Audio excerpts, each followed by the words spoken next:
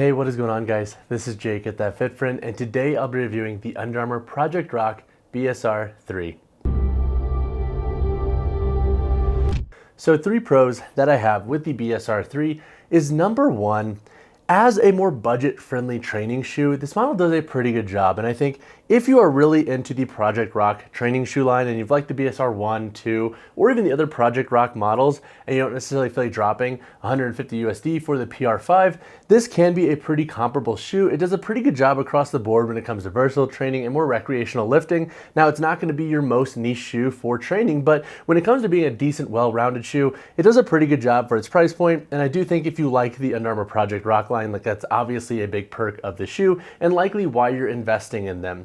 The second pro that I have with the shoe is the charged midsole. So the midsole in this model, once it's broken in, is pretty responsive for versatile training. So they feel pretty good for things like plyometrics and HIIT workouts, but you can also train pretty heavy in the shoe. Now, it's not necessarily my favorite shoe for like heavy deadlifts because we do have a high stack height and a little bit of toe spring for things like squats. But if you are working to like 300-pound squats, 365-pound squats, I found the shoe stability to be fine. Not necessarily my favorite, but I think for most folks who want the shoe for some barbell work, some machine work, and even some accessory work with things like dumbbells and kettlebells, I think you'll have enough stability in this shoe to meet your overall needs. My third pro with this shoe is the upper construction. So I like this mesh upper. It does hug the foot pretty well, gives you a nice level of breathability. And with this booty style construction, I think if you have a narrow or neutral width foot, which will be the foot anatomies that align best with this model, then the shoe will fit kind of like a glove. And so I do like that about this model. I do have a knock against this, and I'll talk about that in my cons, but for the most part, the upper has done a pretty good job. And you do get a little bit more durability around the toe box in this model with the synthetic layer, and back here in the boot you do have a little bit more structure to it, so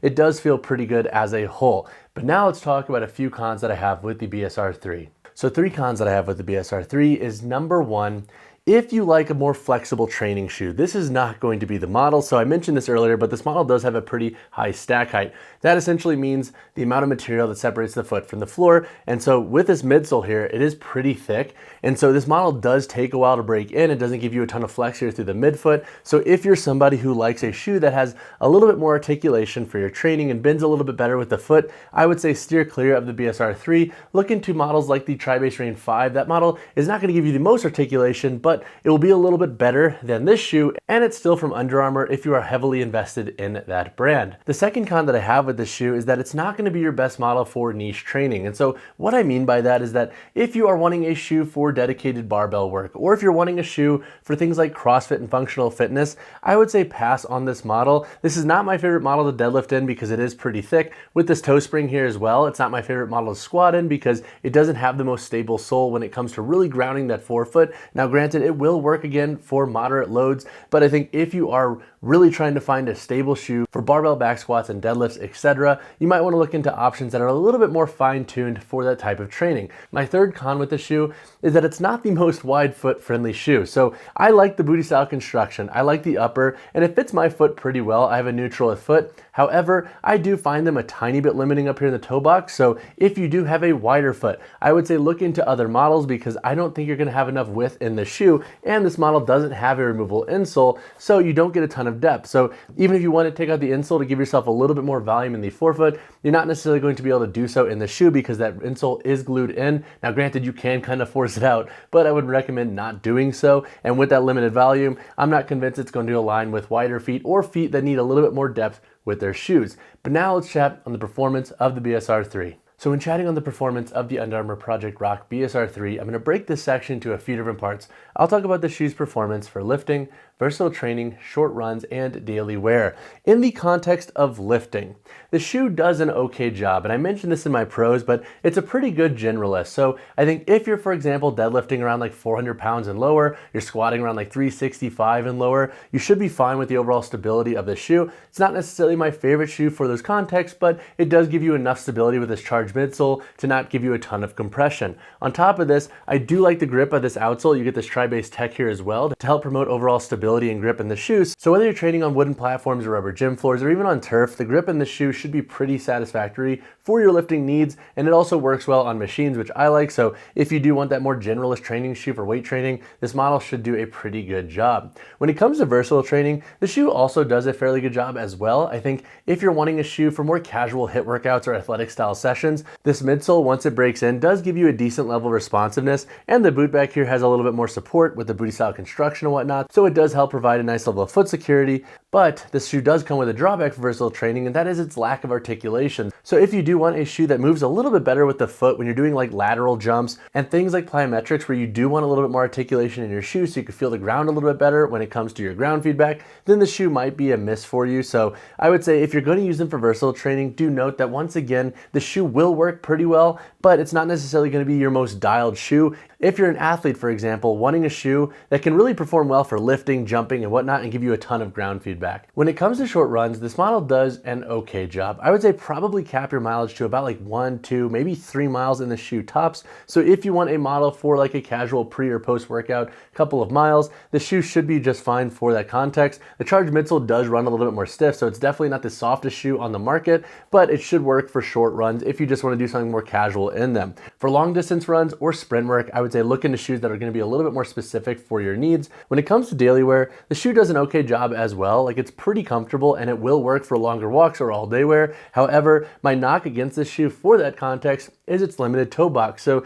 if you like a wider toe box for daily wear context, this shoe might not be the best option on the market for you. But overall, when it comes to lifting, the BSR 3 does a pretty good job. For versatile training, once again, for a more generalist context, it works pretty dang well. And then for short runs and daily wear, the shoe will get the job done. However, it's not necessarily my favorite for those contexts. When it comes to the price of the Under Armour Project Rock BSR 3, you can expect to pay $100 USD for this shoe. I think the price point of this model is pretty solid, especially if you could find them on sale and you don't feel like dropping $150 for the PR5. So if you like the Project Rock shoe line and you want to save a little bit of money, the BSR 3 I think can be a pretty good option. And if you can find coupons for Under Armour, that's a double win on this shoe's price. All right, so now to answer the question, who are the Under Armour Project Rock BSR 3 going to be best for? So I think if you're somebody who loves the Rock and his mission and his product line, then this model will obviously be a good pick for you. Also, if you don't feel like dropping $150 USD for the PR5, then this can be a really suitable option to explore. And if you look into the BSR 2, which is very similar to the BSR 3, you can likely save a little bit more money. So compared to $150 USD for the PR5, you can likely get the shoe for $100 or less, which is pretty good considering that its performance is pretty similar to the PR5. Now, that being said, who shouldn't invest in this shoe? I think if you have wide feet, if you want a training shoe with more articulation and more flex, or if you want a training shoe that has a little bit more of a niche performance aspect to it regarding how it's going to perform in the gym for barbell work, strength work, etc., and versatile training, then you might want to pass on this shoe because it's not going to be the best specialized shoe. It's okay for more general work. I don't think the shoe is necessarily going to resonate with everybody, and the BSR 3 is just okay. So when it comes to the sizing and fit of the Under Armour Project Rock BSR 3, I think most folks should be safe going true to size if you have a narrow or neutral width foot.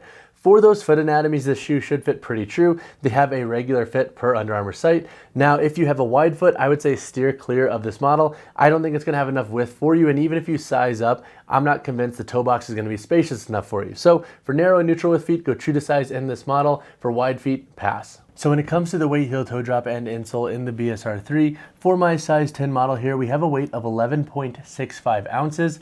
The heel to toe drop for this shoe is not disclosed on Under Armour's site. However, it does feel like 8 millimeters, and that would be my guess in this shoe. And then when it comes to the insole, this model does not have a removable insole. This is glued in. So if you decide to take that insole out, tread lightly with putting it back in and removing it, because I don't want that insole to slip on you.